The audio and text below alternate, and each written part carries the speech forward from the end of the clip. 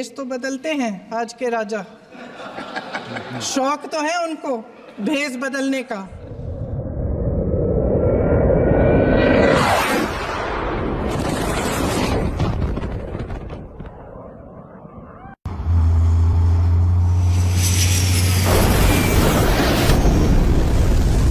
एक कहानी होती थी अध्यक्ष महोदय, शायद बचपन में आपने भी सुनी होगी।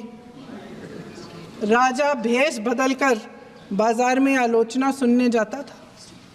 ये सुनने जाता था कि प्रजा मेरे बारे में क्या कह रही है, मैं सही रास्ते पे चल रहा हूँ कि नहीं। लेकिन आज का राजा, भेष तो बदलते हैं आज के राजा, शौक तो है उनको भेष बदलने का।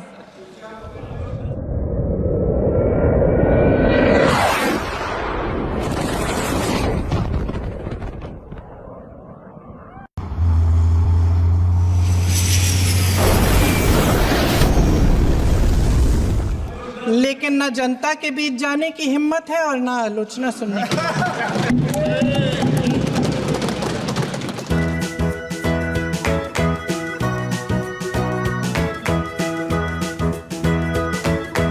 क्या ये ऑपरेशन सिंदूर है? ये ऑपरेशन सिंदूर नहीं है। ऑपरेशन सिंदूर सेना का शौर्य, सेना का साहस, सेना का पराक्रम है। हमारी सेनाओं की उच्च दक्षता का कार्यक्रम है, जिसमें उन्होंने पाकिस्तान में आतंकी ठिकानों को ध्वस्त किया, 8 एयर बेस को उनके ध्वस्त किया। और हमारी सेना जिस वक्त एडवांटेज की पोजीशन में थी, जिस वक्त हमारी सेना पीओके को लेने की पोजीशन में थी, जिस वक्त हमारी सेना बलूचिस्तान को पाकिस्तान से अलग करने की पोजीशन में थी, उस ऑपरेशन सिंदूर को राजनीतिक कारणों से या किसी ट्रंप के ट्वीट के कारण से या किसी भी कारण से रोक दिया गया, अचानक से सीज फायर कर दिया गया। इस पर सवाल उठाना, ऑपरेशन सिंदूर पर सवाल उठाना नहीं है।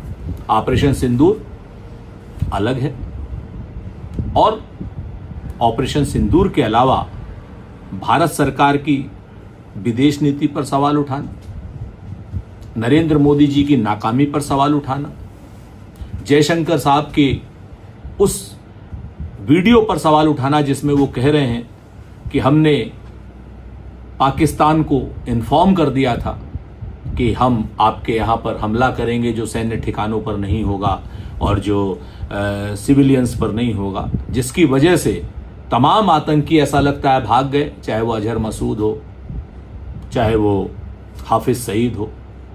क्या ऐसा हुआ? इस पर सवाल उठाना, ऑपरेशन सिंदूर पर सवाल उठाना नहीं है।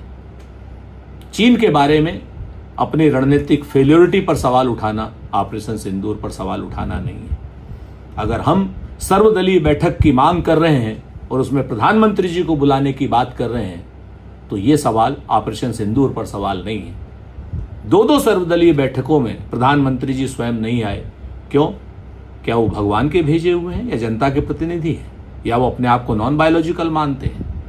अगर हम ये कह रहे हैं कि आप प्रधानमंत्री जी सर्वदलीय बैठक में आइए, ये ऑपरेशन सिंदूर पर सवाल उठाना नहीं है। अगर हम कहते हैं कि सारे सांसदों को आप ब्रीफ करिए, जैसे आप सर्वदलीय प्रतिनिधिमंडल को ब्रीफ कर रहे हैं, सारे सांसदों को ब्रीफ करिए ताकि देश में भी यह मैसेज जा सके कि हमने ऑपरेशन सिंदूर में किस तरीके की सफलता प्राप्त करी, इस पर सवाल उठा, इस पर बात करना, ऑपरेशन सिंदूर पर सवाल उठाना नहीं है।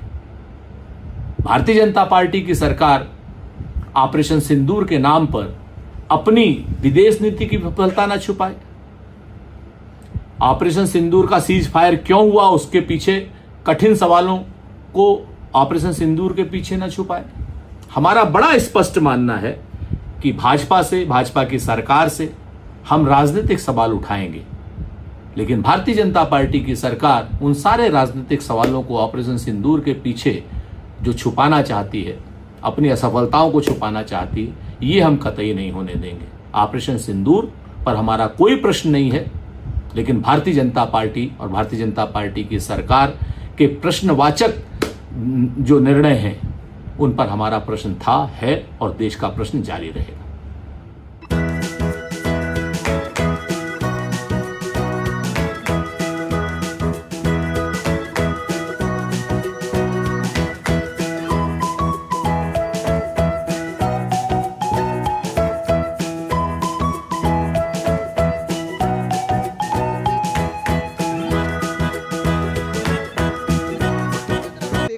कहीं ना कहीं राजनीति उन्होंने शुरू की है। फिर उनकी फोटोज अभी वो टिकट पे देख रहे हैं, हम रेलवे की टिकट पे देख रहे हैं, होर्डिंग्स देखने लगे। राजनीति ना करते हुए सारे दलों को साथ में लीजिए। लेकिन दूसरी बाजू ये भी है जो फॉरेन मिनिस्टर ने हमसे कहनी चाहिए, पूरे देश को समझाना चाहिए कि ये डिप्लोमेटिक फेलियर क्यों हुआ, क्यों ऐसी नौबत आई कि हमें ये सारे दलों को साथ में लेके देश भर में या दुनिया भर में भेजना पड़ रहा है। आज सारे नेतृत्व से, यानी अगर आप देखिए ना पीएम हो, ना एचएम हो, ना एफएम जो फाइनेंस मिनिस्टर और ना एक्सटर्नल अफेयर्स मिनिस्टर्स, कोई भी बात नहीं कर रहा है कि पहलगाम में आतंकवादी आए कैसे।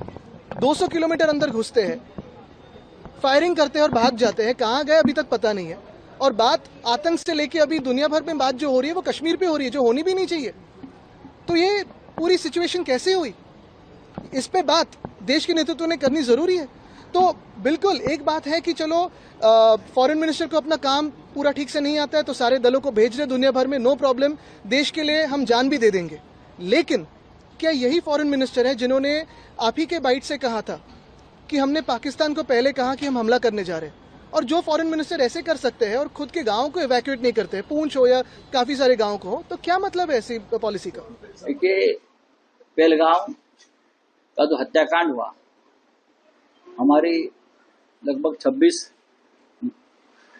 माताएं और बहनों का जो सिंदूर खत्म कर दिया हुआ, जो नाराज हम अतिरेकी दहशतगर्द थे, उनका क्या हो गया? यह हमारा सवाल हमेशा रहेगा।